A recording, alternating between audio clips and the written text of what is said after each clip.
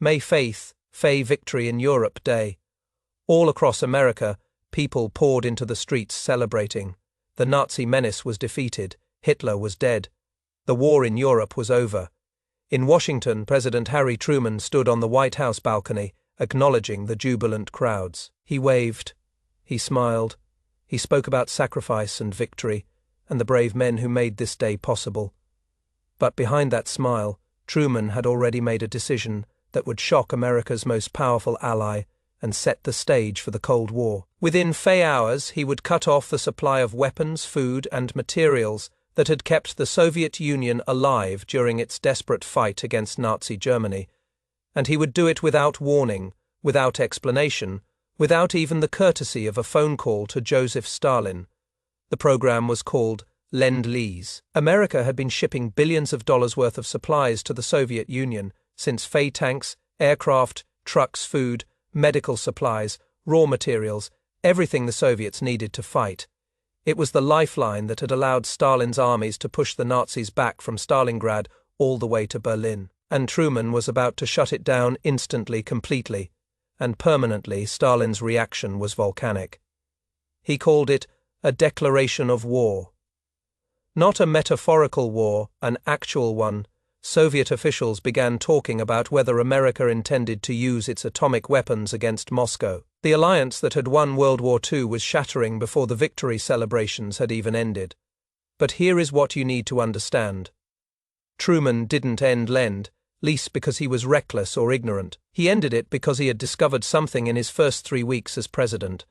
Something that Franklin Roosevelt had hidden from the American people, from Congress, and most importantly from his own vice president. Roosevelt had made promises to Stalin that Truman considered catastrophic, promises that would give the Soviet Union control over half of Europe, and the only leverage America had to prevent that disaster was Lend-Lease. So Truman cut it off, immediately, without hesitation, and he didn't care that it would infuriate Stalin, horrify Churchill, or shock his own advisors. Because Truman had learned that Roosevelt had been playing a game that couldn't be won, trying to maintain an alliance with a dictator who viewed cooperation as weakness and generosity as something to be exploited. This is the story of the most consequential economic decision of the 5th century, made by a president who'd been in office for less than a month, and it starts with understanding what Lend-Lease actually was and why it gave America so much power over Stalin. Lend-Lease began in March 5, 9 months before Pearl Harbor, when America was still technically neutral.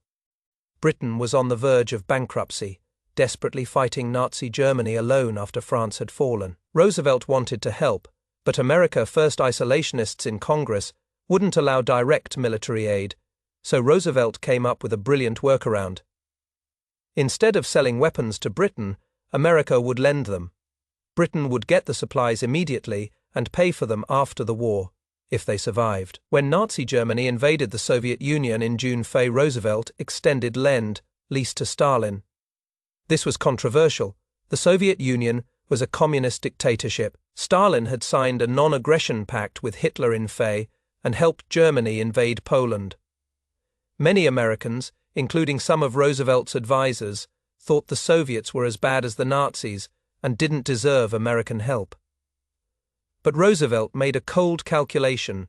Germany was America's real enemy. If the Soviet Union collapsed, Germany would control all of Europe's resources and be unstoppable. Therefore, keeping Stalin in the fight served American interests, regardless of what anyone thought about communism. The Lend-Lease to the Soviet Union was massive beyond comprehension.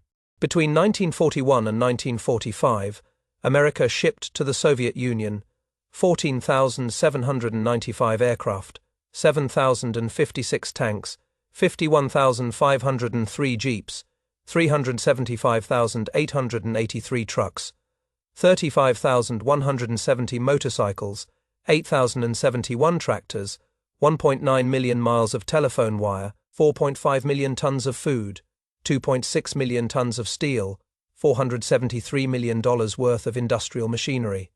And that is just a partial list. The total value was over $11 billion, roughly $180 billion in today's money. To put that in perspective, America gave Stalin more supplies than the entire German army had at the start of the war. Soviet logistics ran almost entirely on American trucks. Soviet soldiers advanced on American food. Soviet factories built weapons with American steel and American machine tools. Without Lend-Lease, the Soviet Union might have survived, but it almost certainly couldn't have pushed Germany back to Berlin. Stalin knew this. He never admitted it publicly because that would make the Soviet Union look dependent and weak. But privately, Stalin told his inner circle that without American supplies, the Soviet Union would have lost the war. That dependency was what gave America leverage. As long as Lend-Lease continued, Stalin needed American cooperation. The moment it ended, Stalin would be free to do whatever he wanted, without worrying about American economic pressure.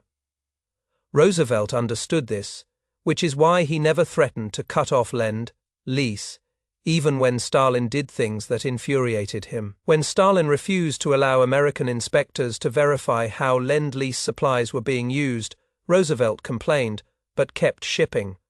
When Stalin arrested and executed Polish resistance fighters who were supposed to be America's allies, Roosevelt protested, but kept shipping. When Soviet forces raped and pillaged their way across Eastern Europe, Roosevelt expressed concern, but kept shipping.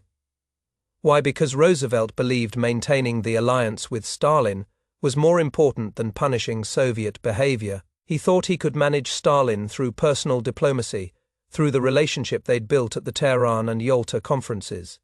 Roosevelt believed Stalin would moderate his behavior after the war if America remained generous and cooperative. This was Roosevelt's fundamental mistake, the one Truman discovered in his first weeks as president. Stalin didn't view American generosity as friendship. He viewed it as weakness, evidence that America was soft and could be manipulated. Every time Roosevelt gave Stalin something without demanding anything in return, Stalin concluded that America wouldn't enforce its demands. And Stalin was right. When Harry Truman became president on the 12th of April, 1945, he knew almost nothing about Roosevelt's dealings with Stalin. Roosevelt had deliberately kept Truman in the dark. They'd met privately only twice in the 82 days Truman had been vice president. Roosevelt never briefed Truman on Yalta, never explained the promises he'd made to Stalin, never discussed the strategy for managing the Soviet alliance. So Truman had to learn everything from scratch, and what he learned horrified him. In his first week as president, Truman received briefings from the State Department, the War Department, and Army intelligence. They told him about the Yalta agreements, where Roosevelt had essentially given Stalin control of Eastern Europe. They told him about Soviet violations of those agreements, how Stalin was installing communist puppet governments in Poland, Romania, Hungary, and Czechoslovakia. They told him about Soviet refusal to allow free elections, about mass arrests of anti-communist politicians, about the systematic elimination of anyone who might challenge Soviet control. And then they told Truman the worst part. Roosevelt had known about these violations before he died. Soviet officials had been reporting them, Allied intelligence had confirmed them. Roosevelt had done nothing, said nothing, demanded nothing. He'd kept sending Lend-Lease supplies as if everything was fine. Truman was stunned. He asked his advisers, why didn't Roosevelt confront Stalin about this? The answer was uncomfortable. Roosevelt believed that maintaining good relations with Stalin was more important than enforcing agreements. He thought Stalin would eventually cooperate if America remained patient and generous. He was willing to accept Soviet control of Eastern Europe if it meant avoiding conflict with Stalin. Truman rejected this approach immediately. He told his advisers, agreements mean something. If Stalin signed a document promising free elections in Poland, then there need to be free elections in Poland. And if Stalin isn't keeping his promises, then America needs to stop keeping ours. That is when someone mentioned Lend-Lease. If Truman wanted leverage over Stalin, cutting off Lend-Lease was the most powerful option available. The Soviet economy was still desperate. Stalin was planning to use American supplies to rebuild after the war. If that aid disappeared, Stalin would face enormous domestic pressure and might be forced to moderate his behavior. But there was a problem. Congress had authorized Lend-Lease only for fighting the war.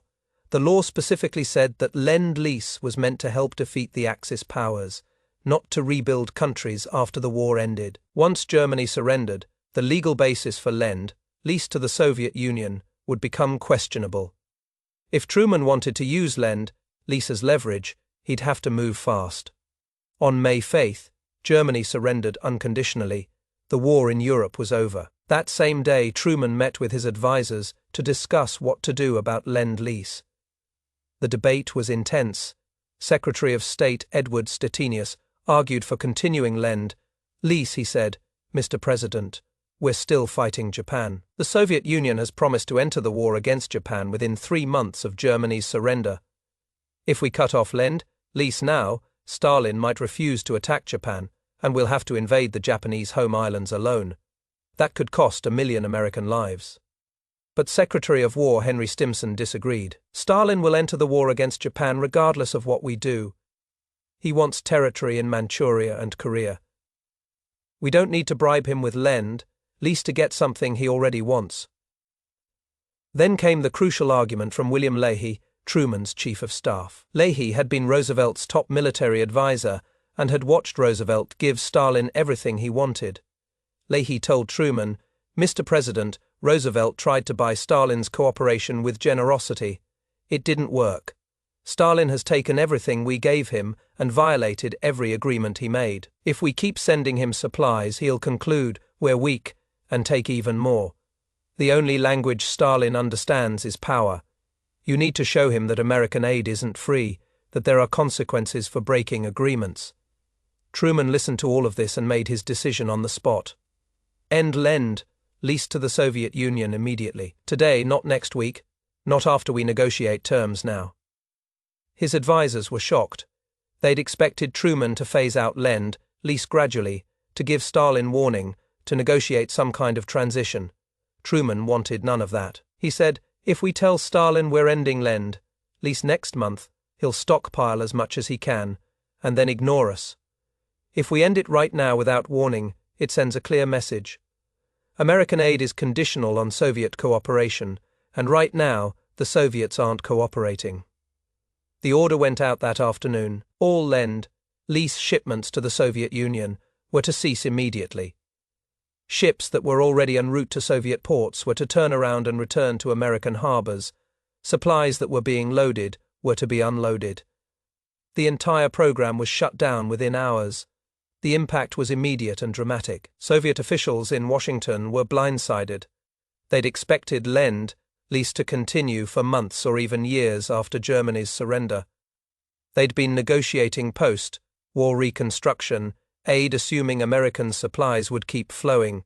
Suddenly, everything stopped. Soviet Ambassador Andrei Gromyko demanded an emergency meeting with Secretary of State Stettinius.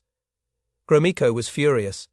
He accused America of violating the spirit of the alliance, of betraying the Soviet Union at the moment of victory. He said, "The Soviet people have bled and died to defeat fascism. 27 million Soviet citizens are dead. Our country is devastated. And now, on the day of victory, America cuts off aid.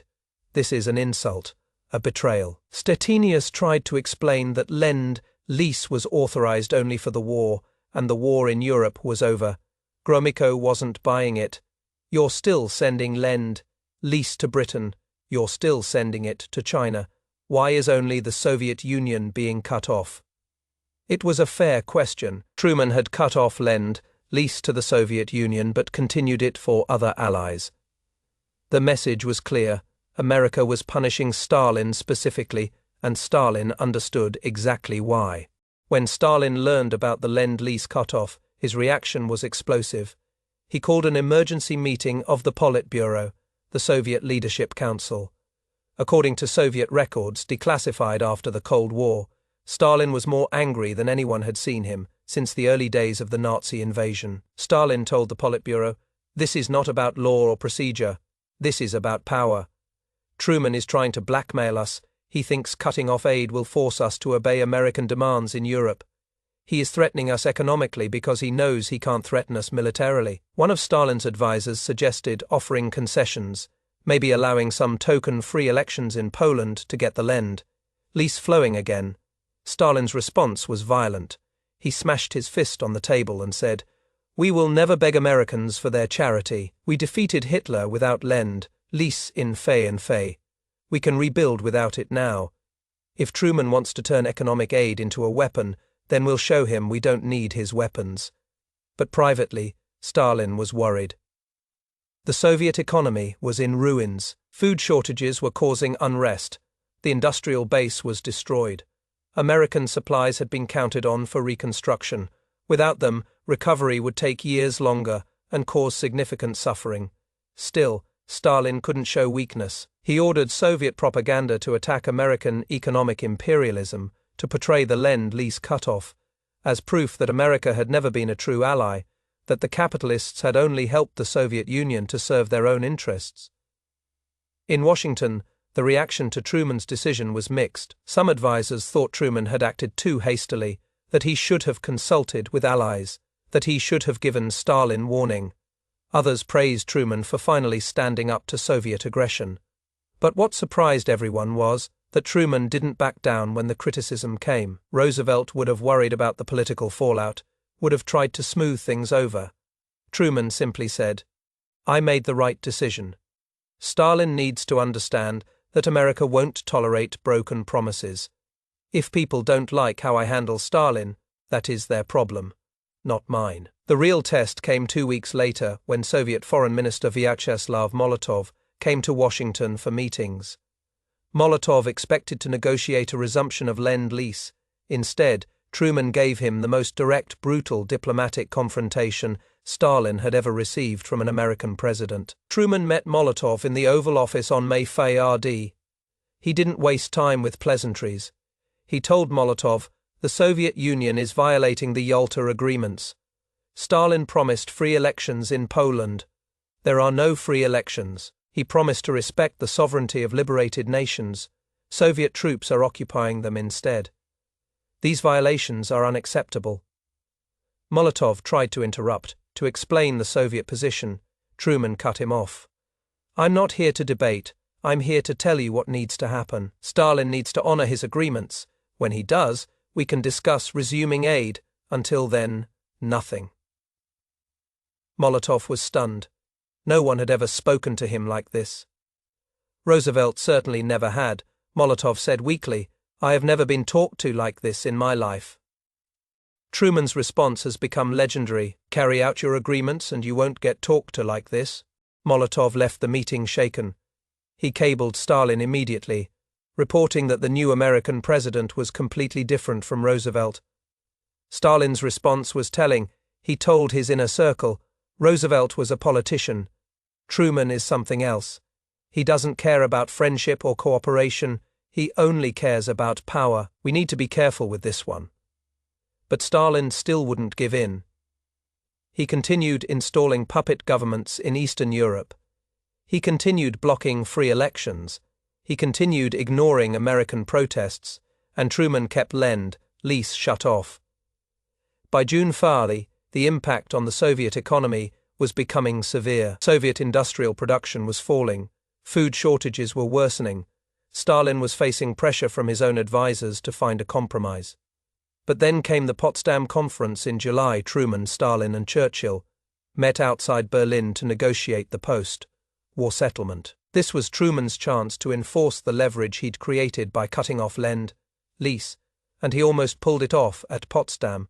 Truman confronted Stalin directly about Eastern Europe. He demanded free elections, demanded withdrawal of Soviet troops from occupied territories, demanded that Stalin honor the Yalta agreements, and for the first time, Stalin seemed to waver. He made vague promises about allowing some political freedom in Poland. He suggested that Soviet troops might withdraw eventually. Truman's advisers were cautiously optimistic. Maybe the Lend-Lease cutoff was working. Maybe Stalin was finally feeling enough pressure to compromise. But then Truman made a decision that changed everything. He told Stalin about the atomic bomb. America had successfully tested an atomic weapon on July 5th. Truman informed Stalin casually during a break in negotiations. Stalin showed no visible reaction, just nodded, and moved on to other topics. But that night, Stalin told his advisers, Now I understand why Truman doesn't care about our friendship. He has a weapon that makes our armies irrelevant. That is why he cut off Lend-Lease. He doesn't need us anymore. From that moment, Stalin stopped making even token concessions. He'd concluded that America saw the Soviet Union as an enemy to be intimidated, not an ally to be cooperated with. The Lend-Lease cutoff, combined with the atomic bomb revelation, convinced Stalin that the wartime alliance was over and that a new conflict was beginning. You can debate whether Truman's handling of Lend-Lease was right or wrong. Some historians argue that he acted too aggressively, that he destroyed the possibility of post-war cooperation with Stalin, that he bears responsibility for starting the Cold War. Others argue that Stalin was always going to dominate Eastern Europe, regardless of what America did, and Truman was right to establish boundaries early rather than pretend cooperation was possible. But what is undeniable is that Truman's decision to end Lend-Lease without warning was a turning point. It signaled that America under Truman would be fundamentally different from America under Roosevelt. Roosevelt had tried to manage Stalin through friendship and generosity. Truman would manage him through power and leverage. The irony is that Truman's decision was motivated by what he saw as Roosevelt's mistake. Roosevelt had been too trusting, too generous, too willing to overlook Soviet violations in the hope that Stalin would eventually cooperate. Truman believed that approach had failed, that it had emboldened Stalin and led directly to Soviet aggression in Eastern Europe. So Truman went the other direction. He cut off aid, confronted Stalin directly, and made clear that American support came with conditions, and the result was exactly what Stalin had predicted. Not cooperation, but confrontation. Not alliance, but Cold War. Would the Cold War have happened anyway, even if Truman had continued Lend-Lease and tried Roosevelt's approach? Probably. Stalin's ideology and imperial ambitions likely made conflict inevitable. But Truman's decision to end Lend-Lease on May 5 ensured that the conflict would begin immediately, dramatically, and with both sides understanding exactly where they stood. Stalin called the Lend-Lease cutoff a declaration of war because he understood what it meant. Not a military war, at least not yet, but an economic and ideological war, a war where America would use its wealth and power to contain Soviet expansion, where cooperation was dead and confrontation was the new reality. And Truman, barely a month into his presidency, with almost no foreign policy experience, had made that declaration deliberately. He'd looked at what Roosevelt had done, concluded it was wrong, and chosen the opposite approach. Whether that made him brave or reckless depends on your perspective, but what is certain is that the world changed on May 5. Not just because Germany surrendered, but because Harry Truman decided that the alliance with Stalin was over and that America would no longer pretend otherwise. And he made that decision by doing something shockingly simple. He just turned off the tap and watched Stalin realize that the free ride was finished.